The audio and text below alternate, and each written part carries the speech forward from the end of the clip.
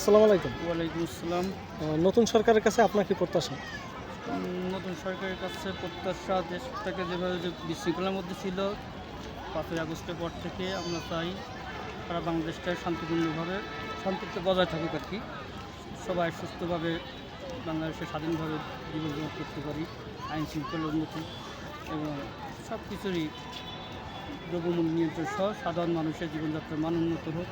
রাস্তাঘাট সহ যেগুলো বিগত সরকারের অসমাপ্ত কিছু কাজ রয়ে গেছে সেগুলো যেন সুন্দরভাবে করতে পারে, এটুকুই চাওয়া আছে। একজন দেশের নাগরিক হিসেবে কোন বিষয়ে কাজ করলে সর্বপ্রথম মানুষের এটা হবে, এই বিষয়টা যদি বলতেন।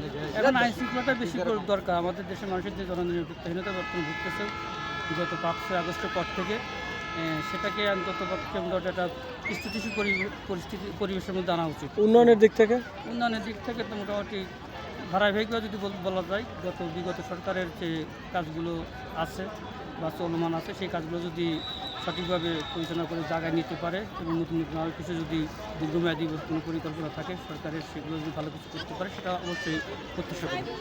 অসংখ্য ধন্যবাদ গুরুত্বপূর্ণ কথা বলার জন্য।